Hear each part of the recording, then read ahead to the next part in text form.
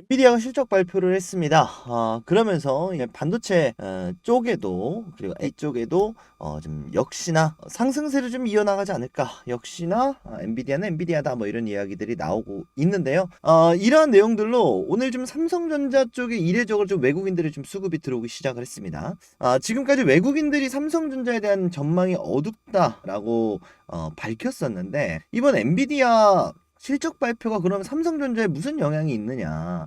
아직 퀄 테스트 중이고 블랙웰에는 뭐 들어간다는 얘기도 없는데 이게 무슨 갑자기 외국인들이 물량을 왜 담지? 뭐 이런 생각들을 많이 하셨을 거라고 생각을 하는데 좀 재밌는 이야기가 한 가지가 또 나왔습니다. 엔비디아 실적 이야기를 먼저 해보고 자, 그 다음에 이 데이터 센터 쪽에서 상당히 많은 좀 실적이 발생을 했어요. 이 데이터 센터와 그리고 삼성전자의 앞으로의 비전 그리고 AMD 쪽에서도 굉장히 재밌는 이야기가 나왔기 때문에 이 엔비디아 실적을 통해서 향후 삼성전자의 미래 방향 이 위기를 타개할 수 있는 어떤 하나의 시나리오가 좀 나왔다라고 좀 생각을 합니다. 그래서 오늘의 엔비디아 실적 체크를 해보고 그럼 삼성전자는 어떠한 흐름을 가지고 가게 될 것인가, 어떻게 이 위기를 좀 해결을 하려고 하는가, 이 시나리오에 대해서 말씀을 드려볼 테니까 너무 또 제 말이 정답은 아니지만요, 이러한 시나리오로 가지 않을까 또 제 의견을 드리는 거니까 여러분들 부담 없이 영상 끝까지 시청을 하셨으면 좋겠습니다. 영상 시작하도록 할게요. 엔비디아 실적 좀 더 자세하게 살펴보도록 해야 될 것 같은데요, 이번 실적의 대부분이 바로 데이터 센터 쪽에서 나왔습니다. 데이터 센터라고 하면 역시나 이제 GPU를 활용한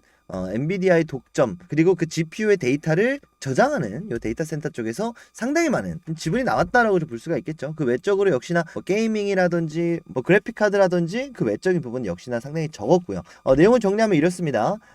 여전히 상승세를 이어나가고 있고 그럼에도 불구하고 주가는 소폭 하락을 했는데 이 데나이브스 이 엔비디아 쪽에 굉장히 공신력 높은 이분이 엔비디아의 실적을 컨센서스 상회다라고 어느 정도 발표한 이후에 5% 정도 실적 발표 직전에 급등을 한번 했었죠. 그러다 보니까 실적이 좋게 나왔어도 좀 어느 정도 사전 반영된 부분이 이렇게 좀 조정이 나오지 않았나 그런 생각을 합니다. 자, 내용을 좀 자세하게 한번 좀 살펴보도록 할 텐데 여전히 우상향하는 흐름이고요. 예측세를 역시나 뛰어 넘어줬습니다. 내용 조금만 더 자세하게 보면 3Q 3분기 실적 그리고 이제 4분기 가이던스 이런 식으로 나왔는데 쭉 보게 되면 나머지는 전부 다 상회를 했습니다. 여기서 논갭 에 대한 내용만 좀 말씀을 드려보면 논갭은 이 회계 장부에서 담을 수 없는 것들, 규격화되어 있지 않은 것들을 전부 다 포함한 매출을 이야기를 합니다. 그래서 외적으로 뭐 엔비디아가 보조금 문제라든지 아니면 관세 문제라든지 이런 걸 전부 다 합했을 때는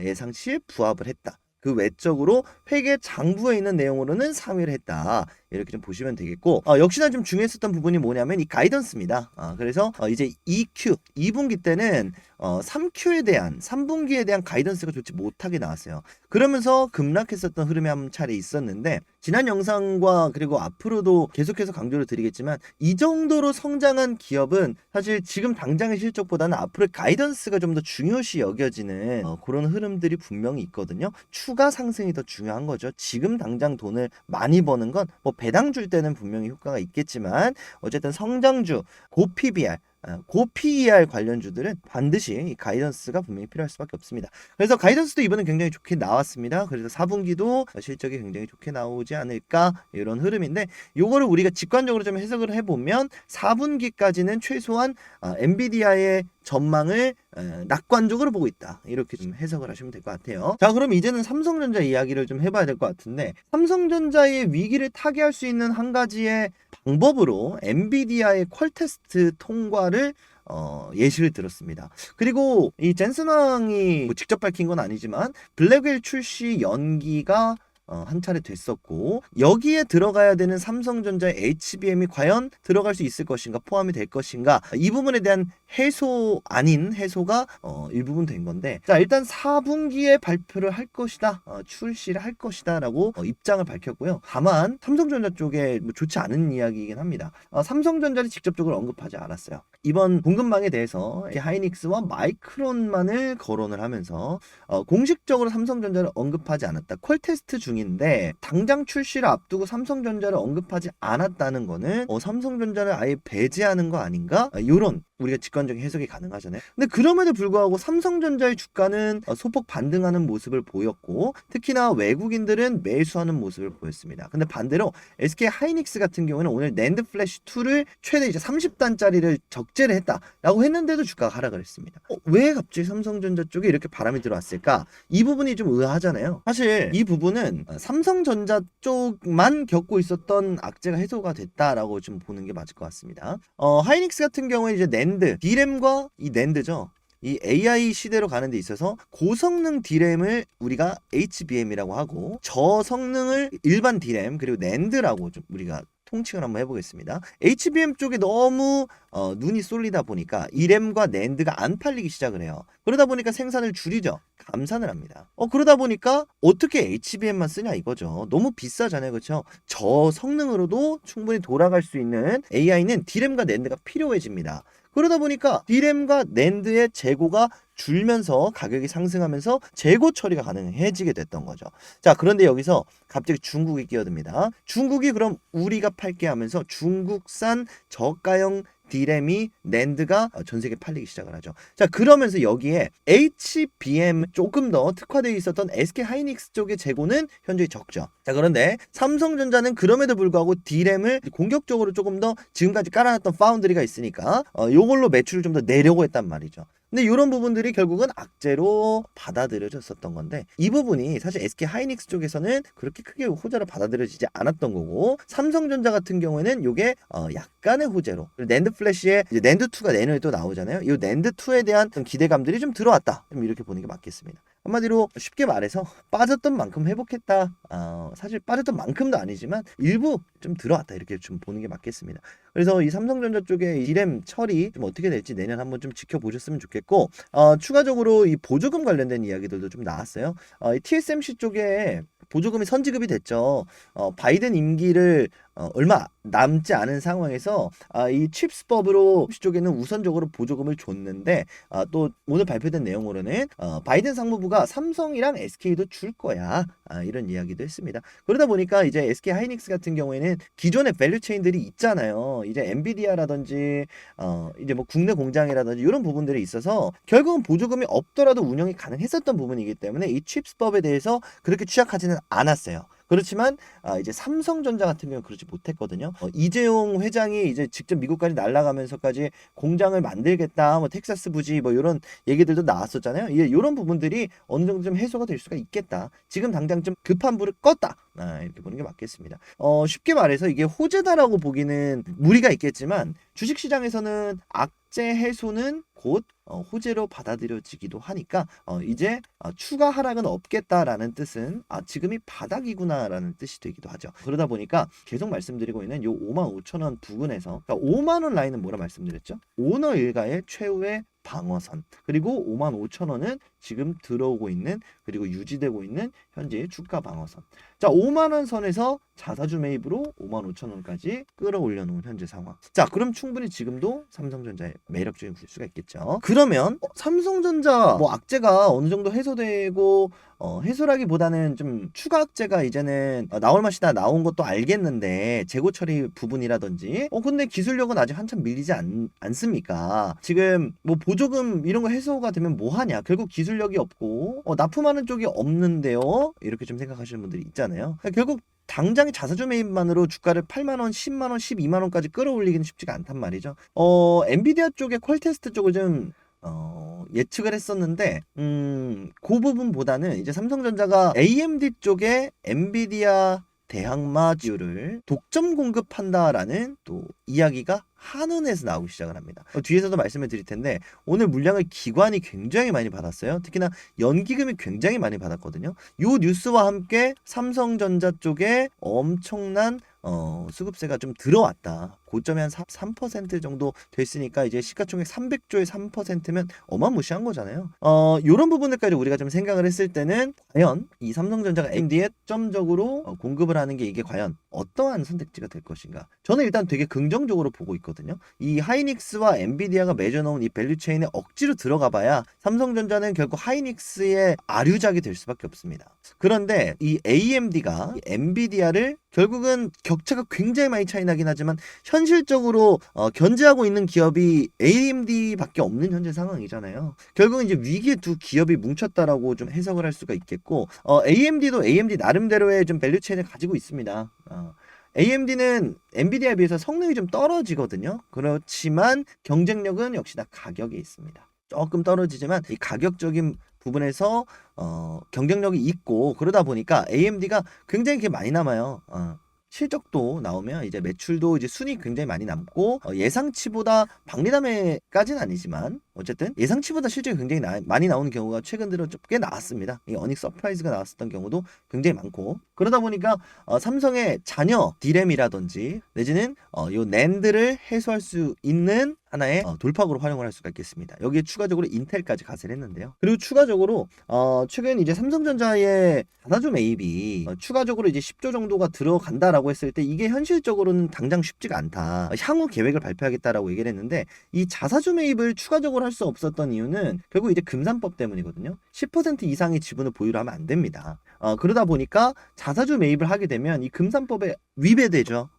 위배되다 보면 어떻게 되느냐, 결국은 보유하고 있는 지분을 매각해야 되는 상황이 발생을 합니다. 그렇죠? 결국 이제 삼성전자가 자사주 매입을 한다라고 하면 삼성전자가 직접 매입을 하면 당연히 좋겠지만 뭐 생명이라든지 뭐 이런 계열사들에서 삼성전자 지분을 매입을 하게 될 텐데, 자 그러면 이 삼성생명의 지분이 10%를 초과하게 됩니다. 그러면 이 초과된 지분만큼은 강제로 매각을 해버려야 되는데, 이러면 사실 자사주 매입의 의미가 없어지고 시장에 다시 나올 테니까 똑같이 외국인들이 또 주가를 눌러버리는 상황이 발생을 할 거 아니에요. 이 부분을 해소하기 위해서 과연 어떻게 할 것인가. 삼성전자도 지금 삼성물산에 지금 지분을 가지고 오는데 이재용 씨가 주담대로 또 끌어온 상황이 있기 때문에 삼성전자의 주가는 올려야 되고, 요 금산법은 어기면 안 되고 굉장히 머리가 아픈 상황이거든요. 근데 이 부분을 해소할 수 있는 현실적인 시나리오가 최근 들어 나오고 있는 이 삼성 SDS의 합병설입니다.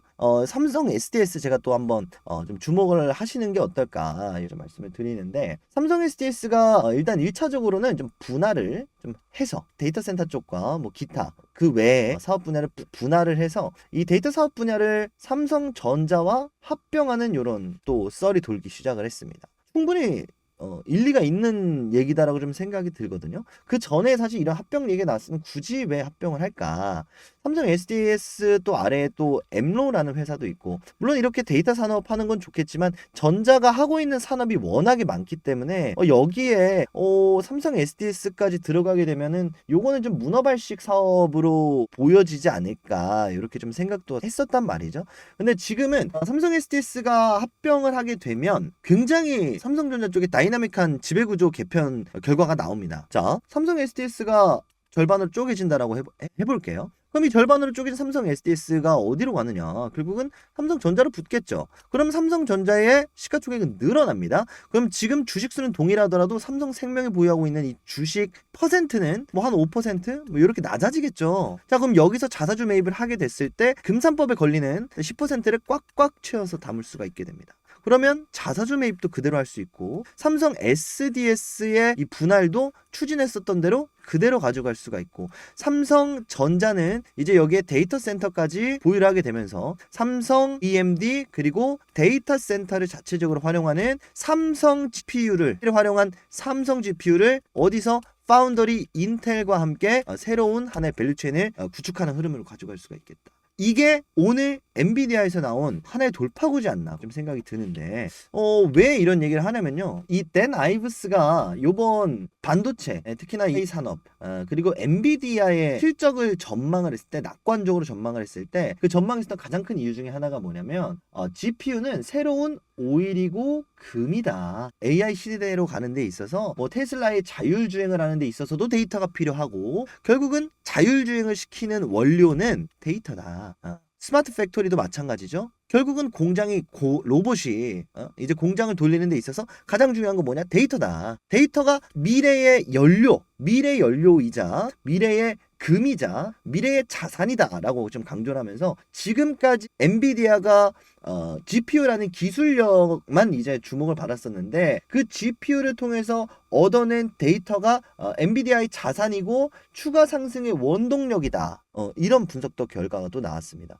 굉장히 또 맞는 말이죠. 그러다 보니 결국은 AMD가 기술력도 기술력이지만 AMD가 필요한 건 뭐냐면 데이터도 굉장히 많이 필요해요. 결국은 이 GPU를 구현하고 가동시키기 위해서는 데이터가 필요하니까 아무리 좋은 제품이어도 사람들이 많이 써주지 않으면 데이터가 쌓이지가 않잖아요. 이런 부분들을 누가 채워줄 수가 있다? 바로 삼성전자가 채워줄 수가 있다. 정확히는 삼성 SDS가 채워줄 수 있다. 삼성 SDS가 삼성전자와 합쳐지면서 이 부분에 이 가려운 부분을 채워줄 수가 있다. 뭐 이런 하나의 시나리오가 좀 완성이 되는 엔비디아의 뭐 실적 그리고 실적 리뷰였다. 좀 이렇게 좀 보여지는데 제가 요 옆에 팔란티어라는 또 기업을 또 띄워놨습니다. 또 요즘 굉장히 또 핫한 또 기업 중에 하나인데 팔란티어 그리고 아이온큐라고 해서 이제 양자 컴퓨터 요 기업도 굉장히 또 핫해요. 핫한 이유가 팔란티어라는 기업은 이제 미국 이제 연방부의 대부분 데이터를 관리하는 회사거든요. 그러다 보니까 미국 연방법이라든지 뭐 테슬라 자율주행이라든지 미국 자체적으로 있는 데이터는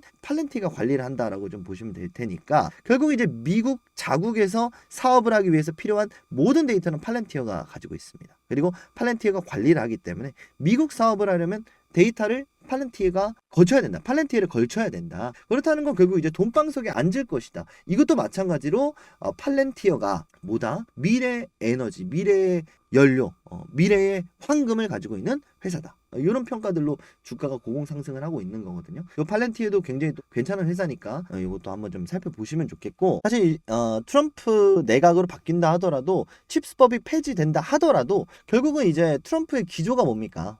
미국 기업을 키우겠다 거든요. 그러면 자연스럽게 엔비디아도 요번에 젠슨 왕이 우리는 법규를 지키면서 미국 형님들이 시키는 대로 따라가겠습니다. 깨갱했잖아요. AMD가 충분히 요 트럼프 내각이 또 수혜를 입을 수 있는 또 기업으로 가줄 수도 있지 않을까.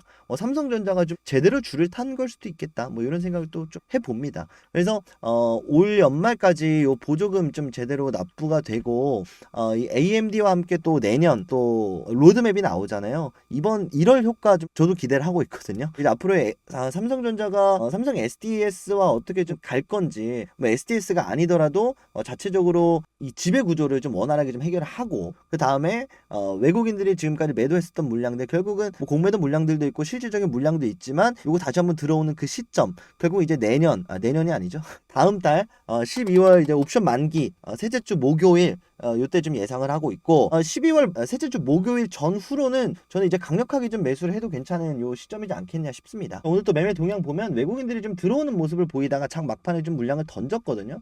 이렇다는 건 외국인은 여전히 괜찮게 보고 있지만 매수를 했다가 던졌다라는 건 상승을 하기를 원하지 않아요. 외국인들은 역시나 코스피 지수 그리고 삼성전자라는 기업이 상승할 거다라고 생각을 하고 있는 것 같거든요. 그렇지만 지금 당장 상승을 해서는 안 된다. 왜? 삼성전자에 벌써 상승이 나와버리면 본인들이 걸어놓은 콜매도 이거 손실 볼 수 있거든요. 반면에 연기금들은 이런 A 관련된 내용 어디서 나왔다고 그랬죠? 한은에서 나왔잖아요. 이런 부분들은 어느 정도 좀 눈치를 채고 매수를 좀 들어간 게 아닌가 그런 생각이 드네요. 이 부분만 좀 확인을 하고 오늘 영상을 좀 마무리를 하려고 하는데 이 포지션 이라는 내용입니다. 지난주 목요일이 또 옵션 만기였으니까 이 목요일부터 오늘까지의 이 외국인들 베팅 내역을 보면요. 이 외국인들이 콜옵션 매도를 굉장히 많이 걸어놨어요. 그리고 추가적으로 콜옵션 매수로 이렇게 좀 해칭을 걸어놓은 모습인데 실제로 뭐 풋옵션은 물론 많긴 하지만요. 이 수량으로 따지면 사실 비교가 안 될 정도의 양입니다. 보시면 풋도 있긴 한데 이건 10만 단위인데 여기는 100만 단위잖아요. 아무래도 큰 손들은 콜 매도 쪽에 좀 더 우세한 모습을 보이고 있다. 뭐냐면 콜 매도 나온 김에 좀 말씀을 드릴게요. 현재 주가에서 이 가격에 매수할 수 있는 권리를 파는 겁니다. 이해되셨어요? 매도자가 매수자한테 파는 거예요. 한마디로 요 가격만 넘어가지 않으면 요만큼의 수익을 가져갈 수 있는 겁니다. 쉽게 얘기해서. 그러니까 외국인들은 삼성전자와 대한민국 지수가 상승은 할 거지만 부분적인 상승을 할 것이다. 이렇게 좀 예측을 하고 있거든요. 그럴 수밖에 없는 게 트럼프 리스크에 가장 취약한 나라였으니까. 삼성전자가 이렇게 빠르게 악재를 해소해낼지 몰랐으니까. 그래서 아마 외국인들의 다시 들어온 수급 시점은 다음 달 옵션 만기 이후가 되지 않을까 싶고요. 그렇다 하더라도 결국은 언제든지 사실 포지션은 바뀔 수 있는 거니까 현재 상황은 그렇다. 이렇게 좀 인지를 좀 해주셨으면 좋겠고 지금 현재 주가가 56,400원 정도에 이렇게 형성이 되어 있는데 지금 당장보다는 역시나 저는 매수 강력 매수 의견을 드리지만 그럼에도 불구하고 요 라인의 매물대와 말씀드린 것처럼 이제 12월에서 12월에서 1월 내년에 좀 실적 개선과 지배구조 개선과 신사업을 생각을 해보게 된다면 올 연말까지는 좀 눌리는 움직임을 가져갈 수가 있겠다. 외국인들이 계속해서 누를 수가 있겠다. 그러다 보니까 다시 한번 강조드리는 요 55,000원 전후로 내려가면 담고 상승하면 담고 요 55,000원 라인에서 여러분들이 좀 서서히 좀 이제는 좀 대응을 해야 되는 준비를 해야 되는 좀 그런 시기에 왔다라고 봅니다. 그래서 오늘 엔비디아 실적을 토대로 데이터 센터의 중요성 인지가 됐고요. 그리고 여기에 오히려 엔비디아 쪽에 빠져 버리면서 AMD와의 하나의 또 구축을 하려는 움직임 알아봤습니다. AMD가 과연 엔비디아의 대항마가 될 수 있는가? 어떻게 보면 하이닉스는 엔비디아의 완벽한 동맹을 가지고 있고 삼성 같은 경우는 AMD와 좀 새로운 동맹을 만들면서 물론 현실적으로 잡아가기 쉽지 않겠지만 뭐 2등 기업도 충분히 돈을 많이 벌 수 있는 거고 결국 삼성전자가 꽉 먹고 알 먹고 도랑치고 과자 잡고 하면 되는 거기 때문에 어쨌든 삼성전자와 SK하이닉스가 전 세계 반도체로 이 바운더리를 넓혀가는 그런 시간이지 않았나 싶습니다. 그래서 삼성전자 내년부터 좀 다시 한번 좋은 실적 그리고 경영, 요 지배구조 개선을 좀 기대를 해보면서 좀 대한민국이 휘청휘청할 수도 있는 상황이었는데 그래도 좀 현실적인 좀 하나의 시나리오가 나오지 않았나 싶고요. 앞으로의 흐름 제가 또 다음 영상에서 여러분들과 함께 이야기를 나눠보도록 하겠습니다. 더 궁금한 내용이 있으시다면 여러분들 댓글로 많이들 남겨주시고요. 다음 영상